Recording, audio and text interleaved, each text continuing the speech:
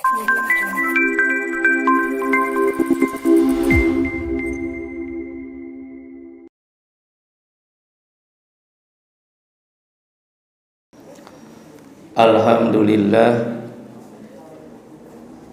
asyhadu an la ilaha illallah wahdahu la syarikalah wa asyhadu anna Muhammadan abduhu wa rasuluh, amma ba'du. Seperti tertuang di dalam pedoman sistem pendidikan Persatuan Islam, bahwa visi pendidikan Persis adalah terwujudnya khalifah Allah di muka bumi. Visi itu diambil dari firman Allah, a'udzubillahi minasyaitonirrajim, wa idz qala rabbuka lil malaikati inni ja'ilun fil ardi khalifah. Aku akan menjadikan di bumi adalah khalifah. Imam Al-Baghawi di dalam tafsirnya menjelaskan maksud dari khalifah itu. Pertama, yang dimaksud dengan khalifah ialah yakhlufu ghairahu, menggantikan yang lain. Kalau pada zaman Nabi Adam, dulu bumi ini ditempati oleh Abul Jan, karena yusfikud dima'a. Abul Jan itu membuat kerusakan di bumi, maka dihancurkan,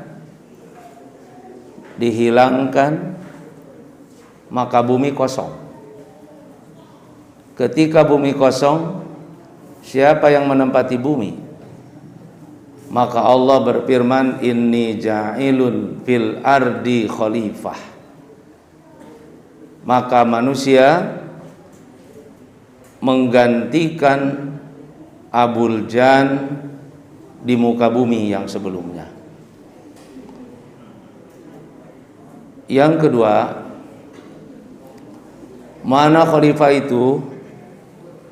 Liiqamatil ahkam wa tanfidi wasayahu,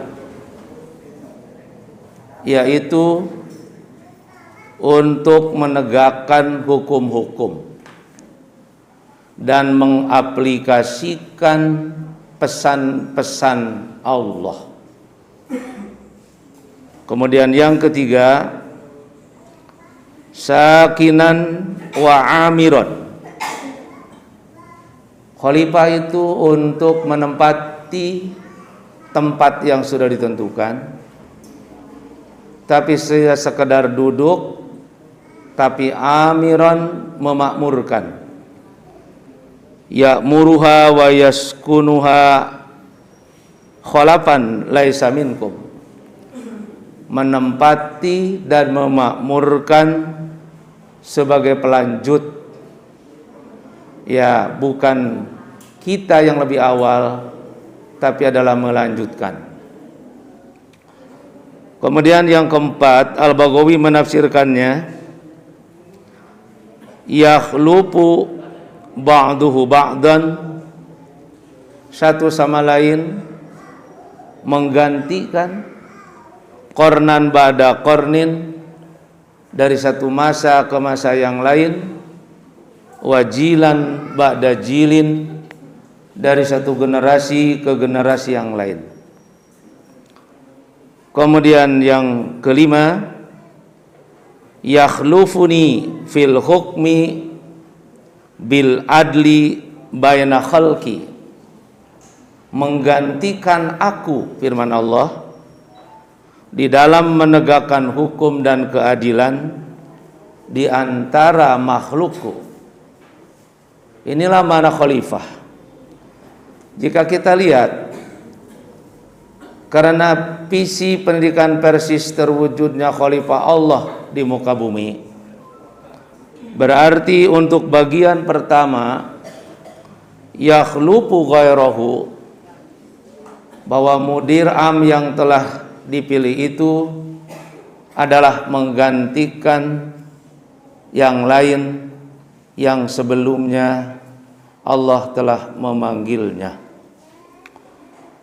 Yang kedua, liqamatil ahkam wa tanfidhi wasoyahu, berarti pada pundak mudir am terdapat tugas yang mesti ditegakkan berupa hukum-hukum. Dalam sini tentu dalam bidang tarbiyah adalah hukum-hukum sistem-sistem pendidikan yang ada dalam goresan sistem pendidikan Persis, wa tanfidhi wasoyahu, dan mengaplikasikan sistem pendidikan Persis itu sesuai dengan pesan Persis. Jangan berubah dari pesan Persis. Sekolah Persis tapi bauna lain bau Persis. Sakinan wa amiron, ya'muruha wa yaskunuha khalafan, berarti di atas pundak mudir am dan mudir itu, bahwa mudir am menduduki jabatan yang telah ditentukan, dan jabatan mudir am itu adalah jabatan politik jam'iyah, siasah jam'iyah. Pada pundak dialah kemana pesantren itu akan dibawa. Mungkin saja pesantren itu akan dibawa kepada bukan paham Persis, sehingga ujung-ujungnya dibawa jeung sekolah-sekolah nak gitu. Seperti beberapa tempat sekolah Persis itu hilang. Nah, karena ya kepemimpinan itu. Maka di dalam pundak dia sakinan, dia menduduki jabatan, tapi tidak hanya sekedar duduk di atas kursi goyang. Amiran, dia harus memajukan, memakmurkan lembaga pendidikan itu. Ya'muruha wa yaskunuha khalafan, dia jangan khianat, memakmurkan dan menduduki jabatan itu, melanjutkan kemakmuran yang sudah ada sebelumnya. Jangan sampai justru kehadiran beliau itu malah jadi tidak makmur gitu. Kemudian yakhlufu ba'duha ba'dan qarnan bada qarnin wa jilan bada jilin. Ini memberi arti bahwa mudir am itu juga harus siap-siap menyiapkan kadar berikutnya, yaitu untuk masa yang akan datang dari satu generasi ke generasi yang lain. Jangan berpikir kakaraknya dilantik digawe acan geus kudu nyiapkeun kader gitu. Tapi yakin pada satu saat akan berakhir. Kemudian yakhlufuni bil hukmi bil adli baina khalqi. Ini lebih penting. Ternyata kita itu adalah sebagai pengganti Allah, yang menerapkan hukum dan keadilan itu di antara orang-orang yang ada di sekitar kita. Itulah kekhalifahan. Karena itu ini dijadikan dasar dalam visi pendidikan Persis. 6 butir penting. Yang kedua, di dalam menyerahkan kepemimpinan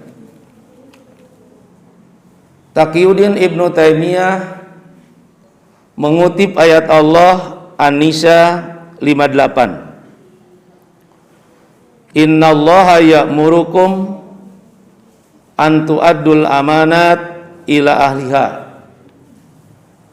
Allah memerintahkan pada kalian untuk menyerahkan amanat kepemimpinan itu kepada ahlinya. 3 poin penting yang diambil oleh Ibnu Taimiyah dari sini. Pertama, yajibu ayyuwaliyal a'mal aslaha lil muslimin. Wajib menyerahkan jabatan itu kepada orang yang lebih membawa maslahat. Membawa maslahatnya bukan fidakhil, maslahat dalam internal, tapi maslahat dakhil wal kharij, internal dan eksternal. Harus bermaslahat bagi orang banyak, tidak bermaslahat hanya di lingkungan pendidikan, tapi bermaslahat bagi orang mukmin yang umum. Wajib menyerahkan jabatan itu kepada orang yang lebih memberi maslahat bagi orang muslim secara umum. Karena itu di dalam memilih tidak mudah. Tidak hanya sekedar memberi maslahat bagi orang dalam, tapi harus kita melihat keluar, bermaslahat juga untuk orang luar. Karena itu Rasulullah SAW menjelaskan, man waliya min amril muslimina syai'an, siapa yang menyerahkan urusan orang muslim, bawala rajulan, dia menyerahkannya kepada seseorang laki-laki, wa huwa yajidu man huwa aslahul lil muslimin, tapi dia mendapatkan orang yang lebih memberi maslahat bagi orang muslim banyak, tapi dia menyerahkannya kepada seseorang, faqad khana Allah wa rasulahu, maka dia telah khianat kepada Allah dan Rasulnya. Kemudian di bagian lain Rasulullah menjelaskan, man qallada rajulan amalan, siapa yang menyerahkan jabatan ala isobatin, karena suatu kelompok, karena asabiyah, wa huwa yajidu fitil kal isobah ardha minhu, dan dia mendapatkan dari suatu kelompok itu yang lebih baik, faqad khadallaha wa khana rasulahu wa khanal mu'minin, khianat pada Allah, khianat pada Rasul, dan khianat kepada orang mukmin lain. Umar bin Khattab juga memberikan komentar tentang wajibnya mengangkat pemimpin yang lebih bermaslahat bagi orang banyak.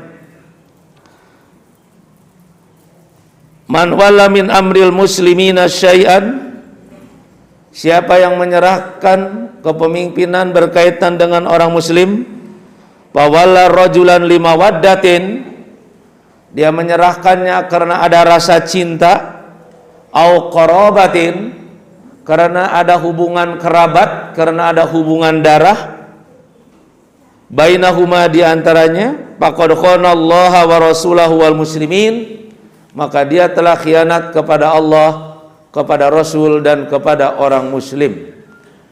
Jadi bukan karena qarabah, juga bukan karena mawaddah.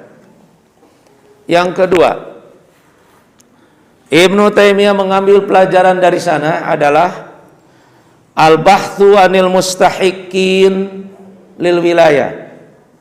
Wajib menyerahkan jabatan itu kepada orang di bidangnya. Hadis Nabi menjelaskan, idza duyatil amanah intadiris sa'ah, apabila amanat disia-siakan, maka tunggulah akan datang kehancuran.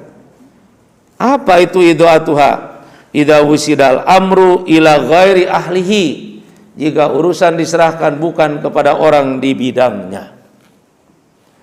Kemudian yang ketiga, Dari ayat tadi beliau juga mengambil pelajaran alla yuwalliyal a'mal liman talabal wilayah aw sabaqa fi talab.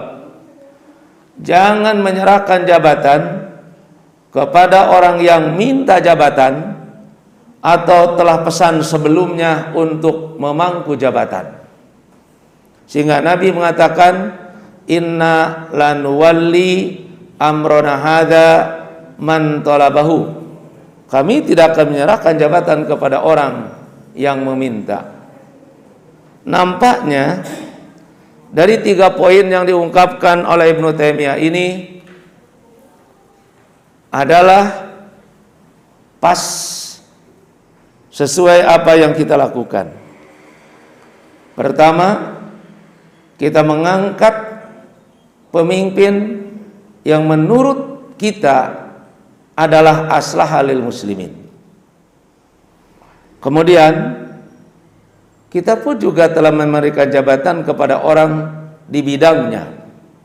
Artinya dia sudah punya dasar tentang pendidikan. Dan yang ketiga, dia tidak minta jabatan. Bahkan ada orang yang akan diberi jabatan, dia pun tidak mau untuk menerima jabatan itu. Kemudian dia menyerahkannya kepada orang lain. Ini artinya tidak gila jabatan. Pas pesan Ibnu Taimiyah ada di kita. Kemudian Al-Maraghi menjelaskan kaitan dengan amanat itu. Karena di atas pemimpin itu ada amanah.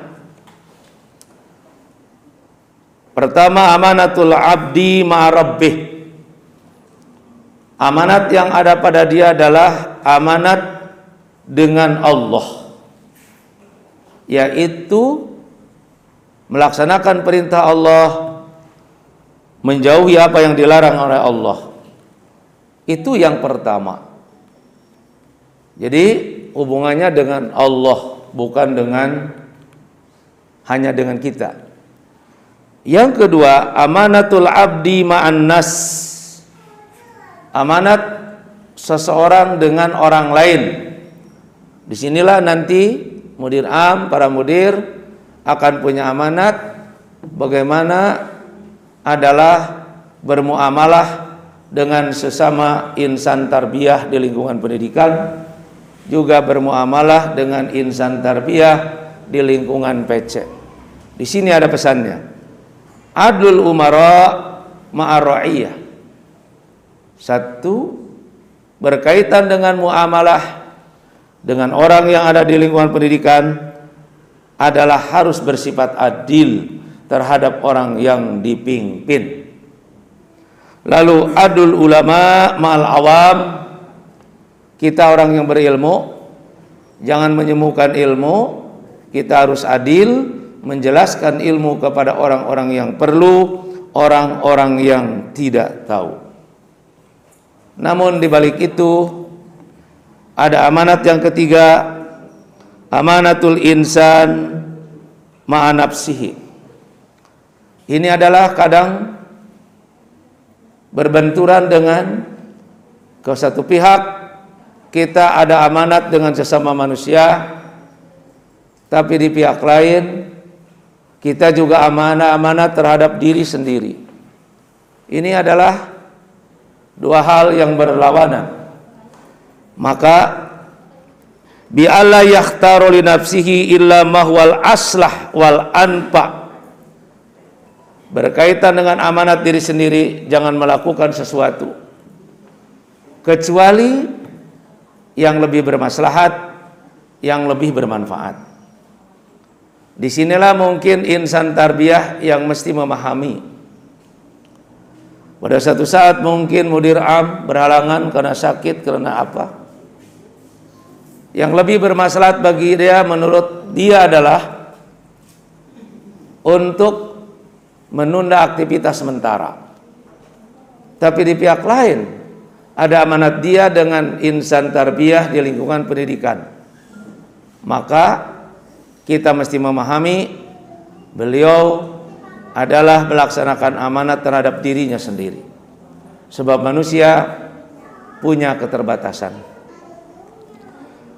Selanjutnya, di dalam menentukan kebijakan, Al-Maraghi menekankan 4 hal. Fahmud da'wa minal mudda'i wal jawab minal mudda'i alaih. Mesti mengerti terhadap permasalahan yang dihadapi dari yang menuntut dan dapat menjawab dari orang yang dituntut itu. Mengerti terhadap masalah yang dihadapi, lalu dia menentukan kebijakan. Artinya tidak cukup hanya dengan staf, misalnya wakil mudir am, bidang kurikulum, bidang kesantrian, bidang humas, mereka yang ngerti. Tapi justru kita juga mesti mengerti terhadap itu, sebab kebijakan ada pada tangan kita. Kedua, khuluwun minat tahayyuzi wal maili ila ahadin. Hindari cenderung mendahulukan pada seseorang. Hindari sikap berpihak dan cenderung kepada orang tertentu. Sebab kadang jiwa kita punya keinginan, rasanya kita lebih senang dengan orang ini, tidak senang dengan ini. Jadi rasa mawadah yang didahulukan. Maka dalam menentukan kebijakan, jangan karena orangnya sehingga kecenderungan kita kepada orang itu, tapi dilihat dari sisi aslahnya, kemanfaatannya. Kemudian yang ketiga, ma'rifatul hukmil ladzi syara'ahu Allahu liyufassila bainan nas. Mengetahui hukum yang Allah syariatkan untuk dijelaskan kepada bawahan kita, mengerti terhadap hukum, sebab tidak akan lepas dari masalah hukum itu. Lebih-lebih sekarang orang tua sangat sensitif. Orang tua sangat sensitif. Aya nama murid teh hese diteungeul.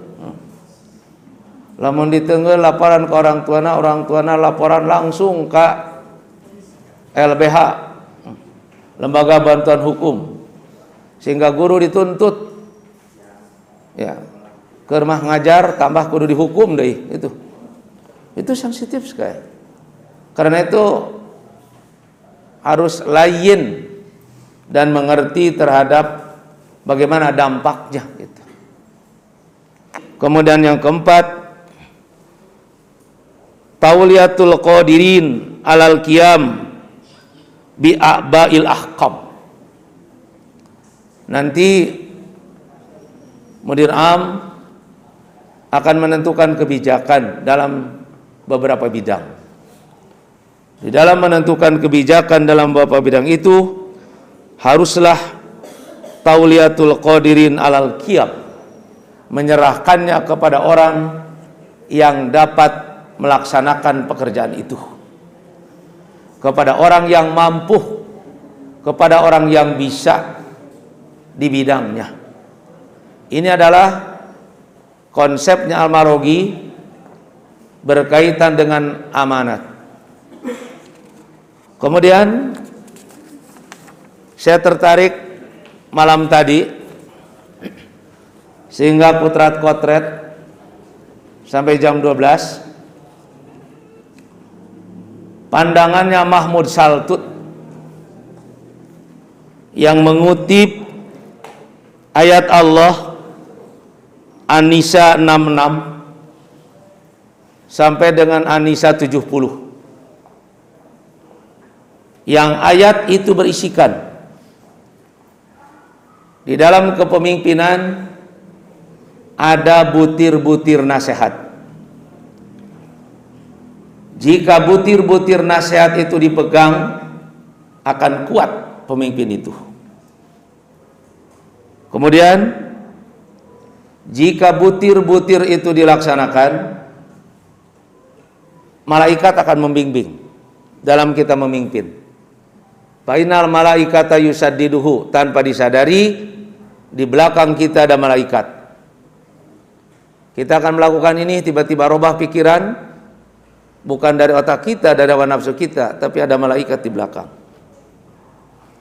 Kemudian jika sudah lurus karena berpegang kepada butir-butir nasihat itu, maka Allah akan memberikan pahala yang sangat besar. Di akhirat nanti, orang yang berpegang kepada butir-butir nasihat itu akan berdampingan dengan para nabi, berdampingan dengan orang siddiqin, syuhada, dan solihin.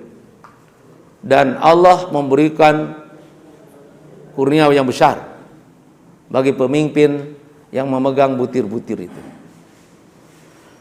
Firman Allah, walau annahum fa'alu ma yu'adune, kalaulah mereka melakukan apa yang dinasihatkan, lakana khairan lahum, pasti baik bagi mereka, wa asyaddu tathbitan, akan kokoh itu.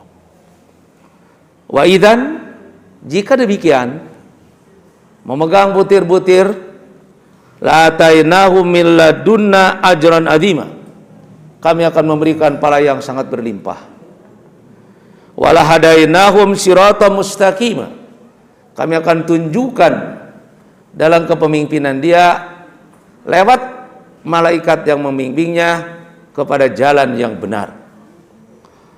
Wa may yuti'illah wa rasulahu faulaika malladzina an'amallahu alaihim, siapa yang taat Allah, taat Rasul, maka mereka bersama-sama orang yang diberi nikmat Allah, minan nabiyyin, berdampingan dengan para nabi, wassolihin wassuhada wassiddiqin wassuhada wassolihin wa asuna ulaika rafiqa. Dzalika al-fadlu minallah, itu adalah satu hadiah besar, kurnia dari Allah. Karena itu berpeganglah butir-butir nasihat dalam kepemimpinan. Mahmud Saltut berkaitan dengan butir-butir kepemimpinan itu yang mesti dipahami ada 9. Ini pegang itu. Pertama, as-siyadah. Yang kedua, al-hukmu, pahami tentang siyadah. Pahami tentang al-hukmu. Yang ketiga, pahami tentang al-hakim.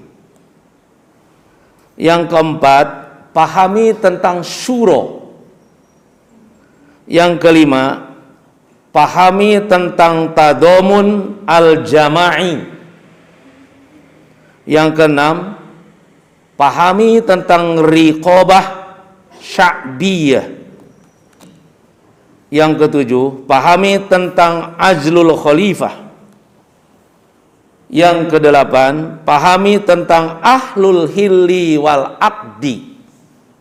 Dan yang kesembilan, pahami tentang hadful hukmi. Itu butir-butir nasihat dalam kepemimpinan menurut Mahmud Saltut di dalam kitabnya Min Taujihat al-Islam. Bagaimana dengan as-siyadah? As-siyadah adalah kekuasaan. Pahami bahwa as-siyadah itu lillahi wahdah, hanya Allah yang punya. Kita jangan sombong karena diangkat sebagai pemimpin, kekuasaan ada pada saya. Yakini kekuasaan itu Allah. Lalu innahul khaliq wal malik, Allah itu pencipta dan Allah itu raja.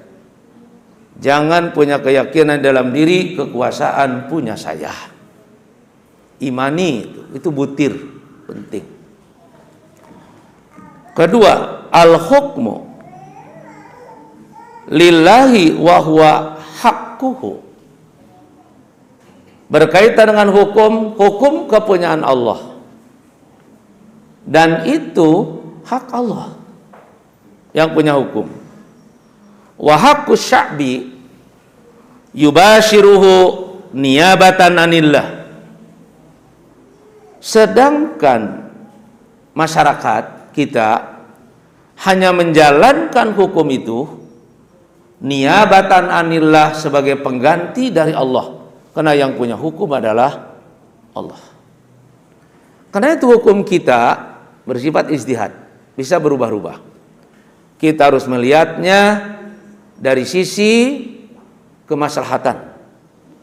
Kalau hukum yang sudah ditetapkan oleh Allah, pasti maslahat, pasti benar.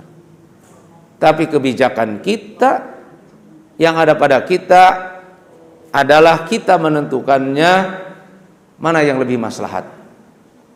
Karena itu Ibnu Taimiyah memberikan saran, idza askala ala nadir, apabila sulit bagi seorang peneliti hukum, hukmu syai', tentang hukum sesuatu, falyandur ila mafsadatihi wa maslahatihi, dalam menentukan kebijakannya lihatlah mafsadat dan maslahatnya. Kemudian yang ketiga, pahami tentang butir al-hakim atau al-amir, seorang pemimpin, seorang pejabat.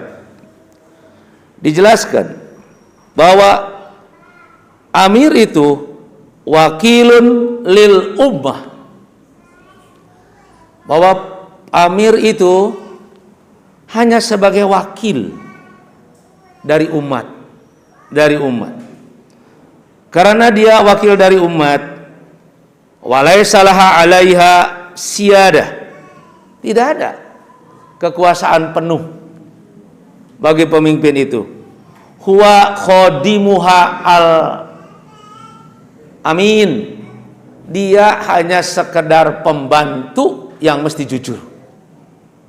Jadi kita, mudir itu, pemimpin itu adalah khodim, hanya pembantu, yang menurut Abu Muslim al-Khawlani ajir, pelayan, bukan amir yang menyuruh, tapi ajir yang melayani. Karena itu kita yang melayani, berarti sebagai pemimpin itu harus terjun, tidak hanya sekedar tunjuk terhadap orang lain, dia adalah tidak terjun ke bawah. Kalau dia tunjuk hanya amir, tapi kalau dia berbuat itulah ajir. Kalau kelas kosong sahaguruna Pak Anu, lalu tunjuk pada orang lain padahal dia sendiri bisa masuk sajalah. Karena kita sebagai ajir, bukan sebagai amir. Pahami bahwa amir itu wakilun lil ummah. Itu yang ketiga.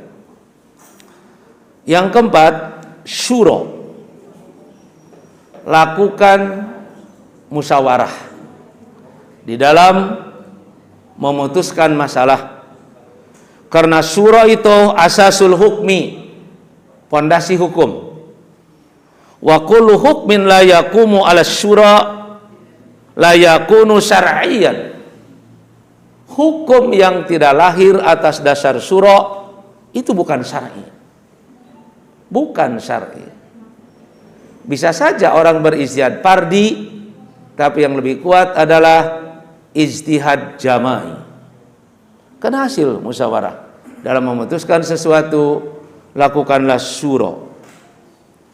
Kemudian yang kelima, at-tadamun al-jama'i. Ini penting. At-tadamun al-jama'i, yaitu tanggung jawab bersama. Tanggung jawab bersama. Tidak hanya sekedar kita yang menjadi pemimpin harus begini, tapi orang lain pun juga masih terlibat. At-tadamun al-jama'i, karena lembaga ini tidak bisa hanya diurus oleh sendiri, tapi harus diurus oleh banyak orang. Jadi berada dalam tanggung jawab bersama, at-tadamun al-jama'i. Karenanya di dalam pengelolaan pendidikan tidak bisa hanya mudir am dengan para mudir dan para guru. Dalam sistem pendidikan Persis harus ada at-tadamun al-jama'i dengan jam'iyah, dengan PC. Kalau di sini dengan pimpinan cabangnya, tuh.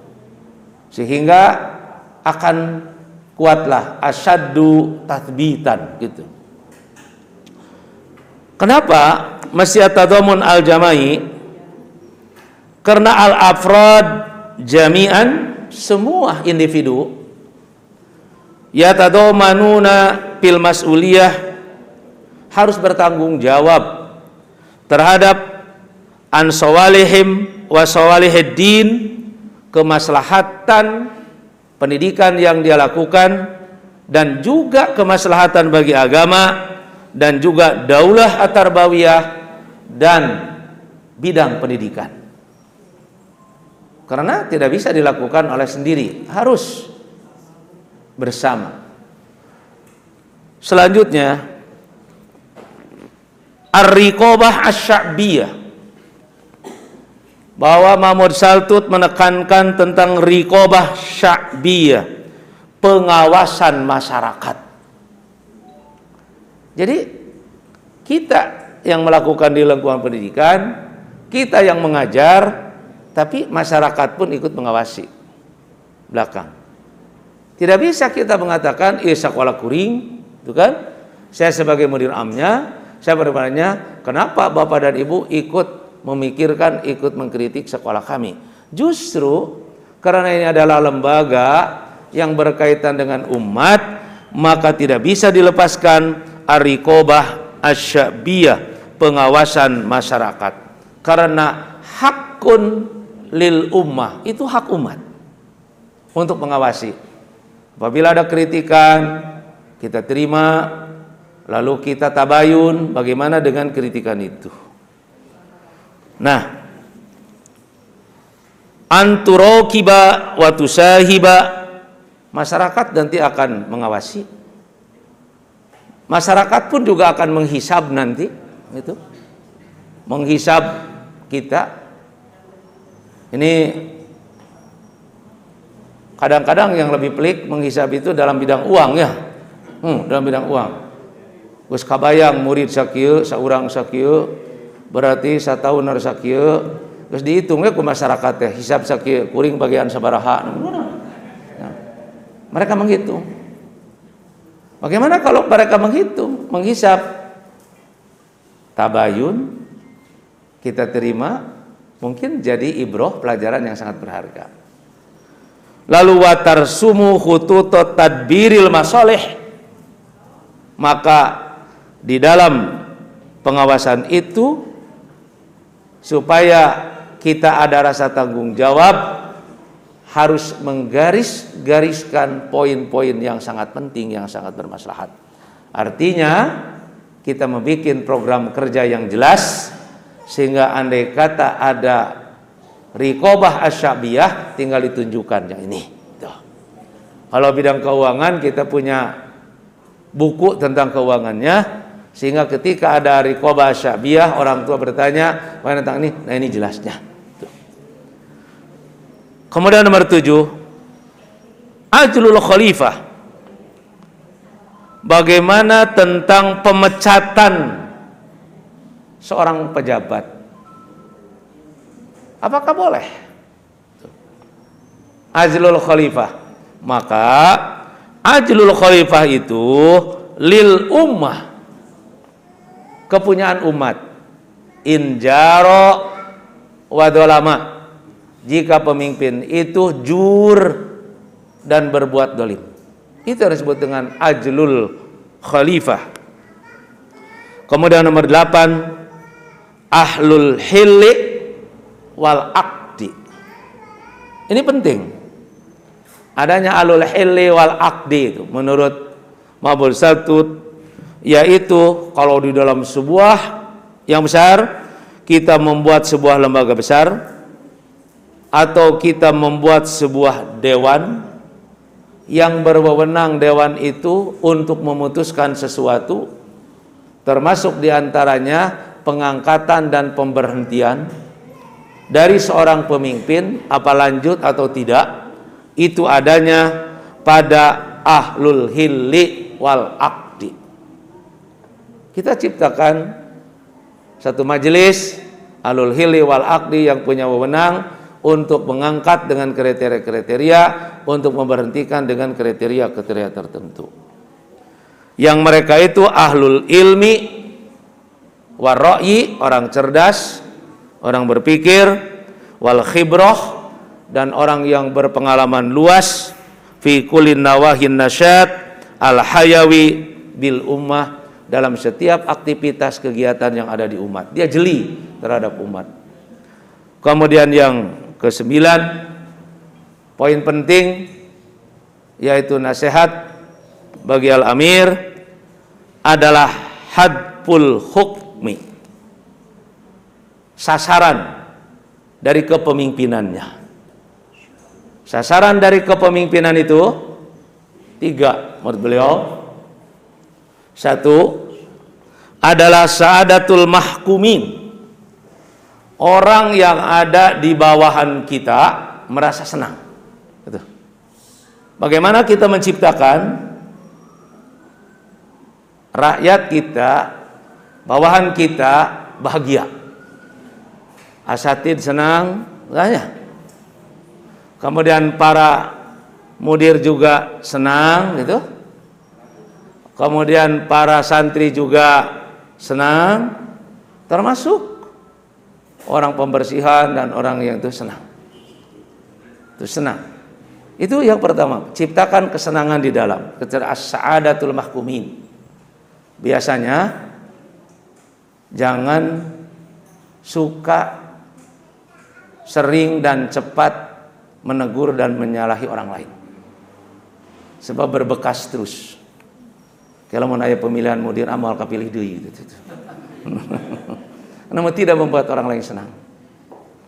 Yang kedua, berkaitan dengan had pula adalah tahqiqus salam fid dakhil, menciptakan ketenangan, menciptakan suasana yang sejuk, menciptakan suasana yang enak, aman gitu, pidakhil, di internal, di dalam. Jadi di dalam itu sejuk, di dalam itu tenang, tidak ada kegelisahan, lalu tidak ada percekcokan. Bagaimana menciptakan salam pidakhil gitu.